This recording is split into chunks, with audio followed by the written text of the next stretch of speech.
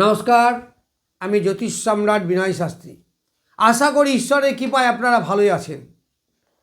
আজকে আমার ভিডিওর আলোচ্য বিষয় সিংহ রাশি বা লগ্নের জাতক জাতিকাদের আগামী জানুয়ারি 2026 কেমন যাবে। এই জানুয়ারি 2026-এর 1 তারিখ অনুসারে গ্রহ সন্নিবেশ হচ্ছে, লগ্নে বসে আছে কেতু। দ্বিতীয় কেউ নেই, তৃতীয় কেউ নেই, চতুর্থে কেউ নেই, পঞ্চমে চতুর্গ্রহ যোগ, অর্থাৎ রবি, মঙ্গল, শুক্র এবং বুধ। ষষ্ঠে কোনো গ্রহ নেই, সপ্তমে আছে রাহু, অষ্টমে গ্রহরাজ শনিদেব, নবমে কোনো গ্রহ নেই, দশমে কেউ নেই, একাদশ আছে বক্রী বৃহস্পতি এবং দ্বাদশে কেউ নেই। তাহলে লগ্নে আছে কেতু। এই লগ্নে কেতু আপনার মধ্যে একটু দ্বিধা, দ্বন্দ্ব, সন্দেহ, একটু শারীরিক ডিস্টার্ব এইগুলো কিন্তু আনবে। কিন্তু লগ্নপতি সে বসে আছে লগ্নের পঞ্চমে, এটা খুব ভালো যোগ। এই লগ্নের পঞ্চমে 4টে গ্রহ বসে আছে। প্রথম কথা, লগ্নপতি বসে আছে, তারপরে দ্বিতীয়পতি, একাদশপতি বসে আছে, তারপরে তৃতীয়পতি এবং দশমপতি বসে আছে। আবার মঙ্গল চতুর্থপতি এবং নবমপতি, নিজেই রাজ্যকারী গ্রহ। এই কর্কট রাশি, সিংহ রাশি, এদের মূল গ্রহ হচ্ছে মঙ্গল। তাই পঞ্চমে এতগুলো শুভ গ্রহ বা শুভ যোগ, রাজযোগ বসে থাকার জন্য আপনার একটা বিকাশ বা ডেভেলপমেন্ট অবশ্যই হবে, এতে কোনো সন্দেহ নেই। লগ্নপতি লগ্নের পঞ্চমে বসে আছে, তার মানে আপনার ডেভেলপমেন্ট ইঙ্গিত করছে। দ্বিতীয়পতিকে নিয়ে বসে আছে, আপনার প্রচেষ্টা বাড়বে, আয় উপার্জন বাড়বে, অর্থ লাভ হবে, আত্মীয় বর্ণের সঙ্গে সুসম্পর্ক দেখা দেবে, এইগুলো পাবেন আপনি। তারপরে যারা স্টুডেন্ট, মেডিকেলে হোক আর ইঞ্জিনিয়ারিং লাইনে হোক, মেকানিক্যাল ইঞ্জিনিয়ারিং লাইন হোক, কেমিস্ট্রি নিয়ে যারা পড়াশুনো করছেন, তাদের কিন্তু যথেষ্ট ভালো হবে। তবে এই যোগটা থাকবে 12 তারিখের পর থেকে, কিন্তু যোগটা আবার ভাঙতে শুরু করবে। কারণ 12 তারিখে শুক্র চলে যাবে মকর রাশিতে, মঙ্গল যাবে 15 তারিখে, রবি যাবে 15 তারিখে, আর বুধ যাবে 17 তারিখে। আবার ওইখানে গিয়ে চতুর্গ্রহ যোগ হবে। কোথায়? রাশি বা লগ্নের ষষ্ঠে। তখন আপনার চাকরির যোগ হবে কিন্তু খুব ভালো। যদিও আপনার বসে আছে অষ্টমে এই ষষ্ঠপতি, কিন্তু ষষ্ঠপতি অষ্টমে থাকলেও চাকরি হয়। চাকরির কারক গ্রহকে, কর্মের কারক গ্রহ হচ্ছে শনিদেব। আবার ষষ্ঠে বসে আছে রবি, লগ্নপতি। তাহলে এখানে একটা ভালো চাকরির যোগ কিন্তু আপনার দেখা যাচ্ছে। আবার দ্বিতীয়পতি বুধ ওখানে বসে আছে, ফলে পরিশ্রমের বিনিময়ে যে উপার্জন, এইটা কিন্তু ভালোভাবেই লক্ষ্য করা যায়।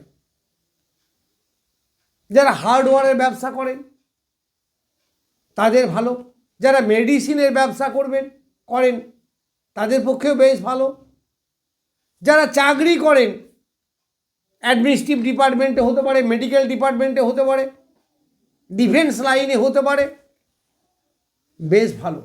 কর্মের মাধ্যমে মান, যশ, খ্যাতি এইগুলো পাবেন। তবে কর্মে একটু পরিশ্রম বাড়তে পারে, কারণ এতগুলো গ্রহ একসঙ্গে আছে তো। আবার যারা চাকরি করেন অলরেডি, তাদের প্রমোশন হতে পারে। এই সময় একটা ডেভেলপমেন্ট ইঙ্গিত পাওয়া যাচ্ছে। এবার লগ্নের সপ্তমে বসে আছে রাহু। লগ্নের সপ্তমে রাহু বসে থাকলে আবার সে নিজের নক্ষত্রে বসে আছে এখন, যার ফলে একটু দাম্পত্য মতানৈক্য, হঠাৎ বিবাহ যোগ সৃষ্টি হওয়া, এইগুলো হতে পারে। আবার পঞ্চমপতি এই রাশি বা লগ্ন সাপেক্ষে পঞ্চমপতি এখানে দৃষ্টি দিচ্ছে। তাহলে পঞ্চম সপ্তম কানেকশনে যারা প্রেম করে বিয়ে করতে চাইছেন, নিজ নির্বাচনে বিয়ে করতে চাইছেন, তাদের কিন্তু হঠাৎ বিয়ে হয়ে যাওয়ার যোগ আছে, হয়ে যেতে পারে। আবার এই বিয়েতে কিছুটা ঝঞ্ঝাট ঝামেলা আসলেও আসতে পারে, তবে সেরকম কিছু হবে না, কারণ দেবগুরু বৃহস্পতির দৃষ্টি আছে এখানে। এই সিংহ রাশি বা লগ্নের অষ্টমে শনি, অষ্টম মানে একটু বাধক স্থান, বাধা বিপত্তি এইগুলো কিন্তু আসে। তাহলে এই যে 15 তারিখের আগে পর্যন্ত মঙ্গল আছে ধনুরাশিতে, তার দৃষ্টি পড়ছে শনিদেবের ওপরে, আবার শনিদেবের দশম দৃষ্টি পড়ছে মঙ্গলের ওপরে, ফলে শনি মঙ্গলের একটা কানেকশন এখানে কিন্তু একটা অ্যাক্সিডেন্টকে ইন্ডিকেট করে। তবে সেটা হলেও সেরকম কিছু বড় হবে না, কারণ দেবগুরু বৃহস্পতির দৃষ্টি আছে। কোথা থেকে?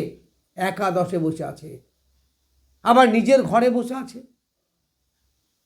যার ফলে অ্যাক্সিডেন্টের যোগ বটে, কিন্তু সেটা খুব বাড়াবাড়ি বা চরম আকার ধারণ করবে না, হালকার ওপর দিয়ে যাবে, যদি হয়, না হওয়ারই সম্ভাবনা বেশি। তবে শনি মঙ্গলের যোগ এই রাশি বা লগ্ন সাপেক্ষে সপ্তমপতি শনিদেব, আর মঙ্গল হচ্ছে রাজ্যকারী চতুর্থপতি, আবার নবমপতি।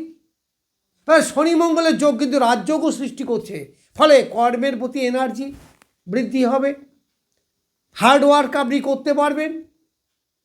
যাদের পায়ের দিকে সমস্যা আছে একটু ডেভেলপ হতে পারে, অর্থাৎ ভালোর দিকে যেতে পারে। এছাড়াও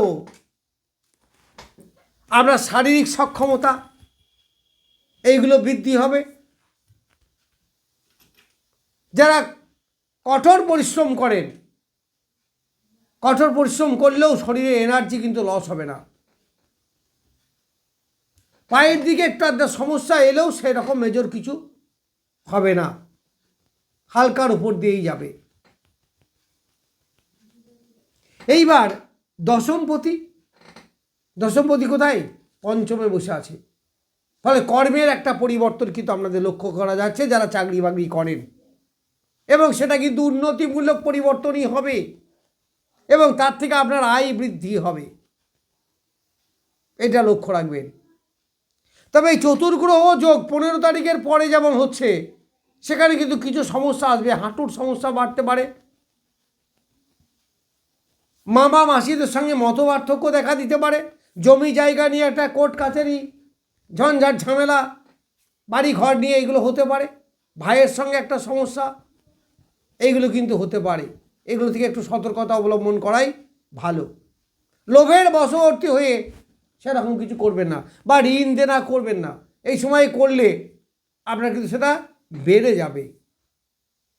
অর্থাৎ ঋণ দেনাতে যতটা পারবেন সাময়িক কালের জন্য বিরত থাকবেন, পরে আবার করবেন দরকার হলে।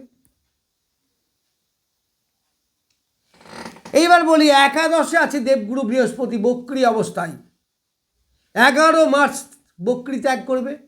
কিন্তু 11 মার্চ বক্রী, তাহলে জানুয়ারি মাসটা কী হচ্ছে? বক্রী অবস্থাতেই থাকছে। এখানে আয় উপার্জন আপনার বৃদ্ধি পাবে, আপনার অনেক কাজেই সফলতা আসবে, হয়তো একটু সংগ্রাম করতে হবে, কিন্তু তৎপর আসবে। যেটা আসবে সেটা হঠাৎ আসতে পারে, দ্রুত গতিতে আসতে পারে।